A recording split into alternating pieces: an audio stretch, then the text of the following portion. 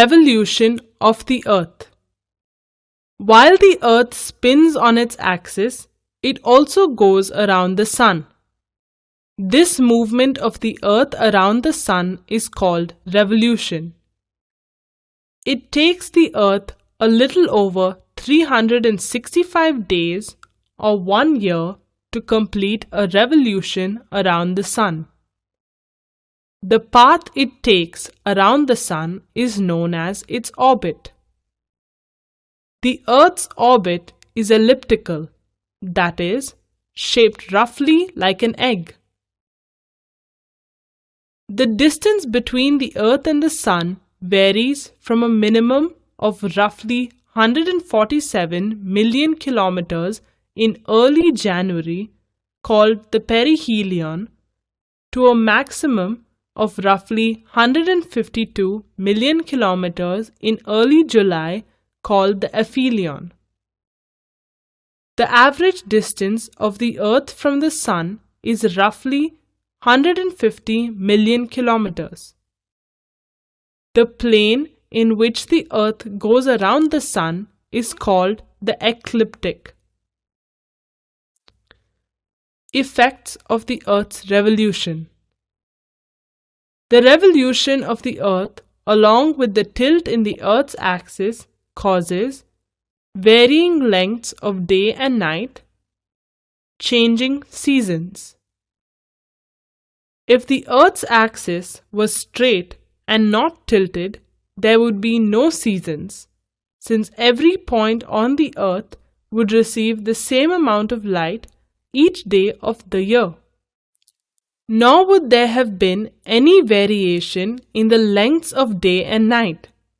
They would last 12 hours each. Varying lengths of day and night.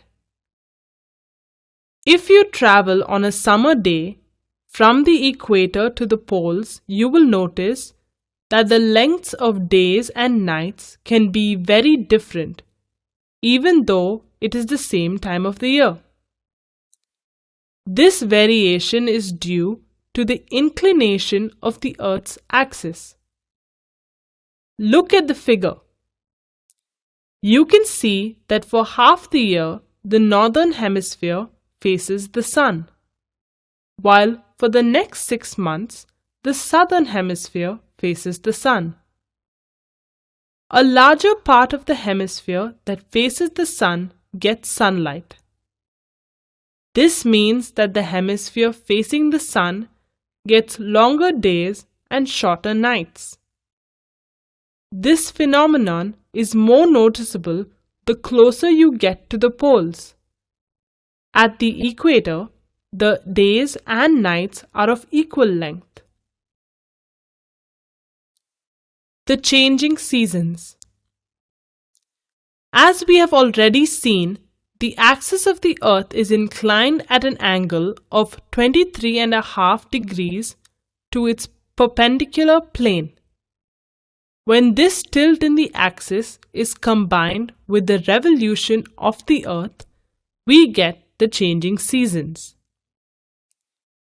Between 21st March and 23rd September, the northern hemisphere is inclined towards the Sun and the southern hemisphere is turned away from it. Since the North Pole is inclined towards the Sun during this period, the northern hemisphere has longer days and shorter nights. This part of the Earth also gets heated more. It is summer here. During this period, the southern hemisphere faces away from the Sun. It only gets the slanting rays of the Sun and has longer nights and shorter days. It is winter there. During this period, the area to the north of the Arctic Circle experiences continuous daylight for a period of 6 months. The condition reverses when the Sun is inclined towards the southern hemisphere. Solstice. On 21st June, the sun's rays fall vertically on the Tropic of Cancer. This is the northernmost point that the vertical rays of the sun can reach. In the northern hemisphere, it is the longest day of the year. It is called the summer solstice. On 22nd December, the sun's rays fall vertically on the Tropic of Capricorn. This is the southernmost point that the vertical rays of the sun can reach. In the southern hemisphere, it is the longest day of the year.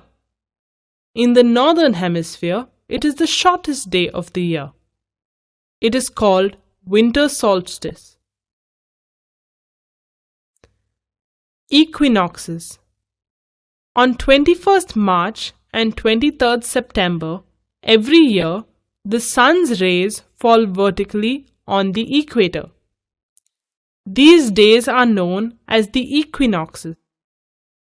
The North Pole and the South Pole are neither inclined towards the sun nor are they inclined away from it. On these days, maximum heat and light is received at the equator. Since the inclination does not affect the duration of the day, both hemispheres receive the rays of the sun almost equally. Therefore, the length of day and night is equal all over the world.